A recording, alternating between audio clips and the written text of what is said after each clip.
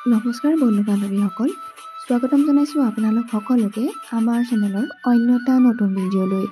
আশা কৰিছোঁ সকলো ভালেই আছে। পোনপ্ৰথমভাৱে আমাৰ চেনেলটো যিসকলে চাইছে তেওঁলোকে চেনেলটো প্লিজ ছাবস্ক্ৰাইব কৰি ল'ব।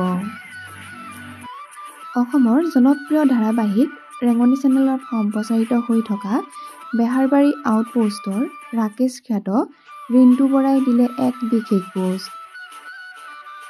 হয় বন্ধু বান্ধৱীসকল, আমাৰ সকলোৰে মৰমৰ অভিনেতা ৰিণ্টু বৰাৰ আজি বিবাহ বাৰ্ষিকী। বিবাহ বাৰ্ষিক উপলক্ষে আমাৰ সকলোৰে মৰমৰ ৰাকেশ খ্যাত ৰিণ্টু বৰাই লিখিছে এক বিশেষ পোষ্ট। বিয়াৰ দিনবোৰক সুঁৱৰি অভিনেতাজনে লিখিছে, ঈশ্বৰে ৩টা বসন্ত সুখ শান্তিৰে পাৰ কৰি নিলে। আহি থকা দিনবোৰো পৰম পিতাই চকু মেলি চাওক। এই হালক আপোনালোকেও আশীৰ্বাদ এজোলোকা দিবহে।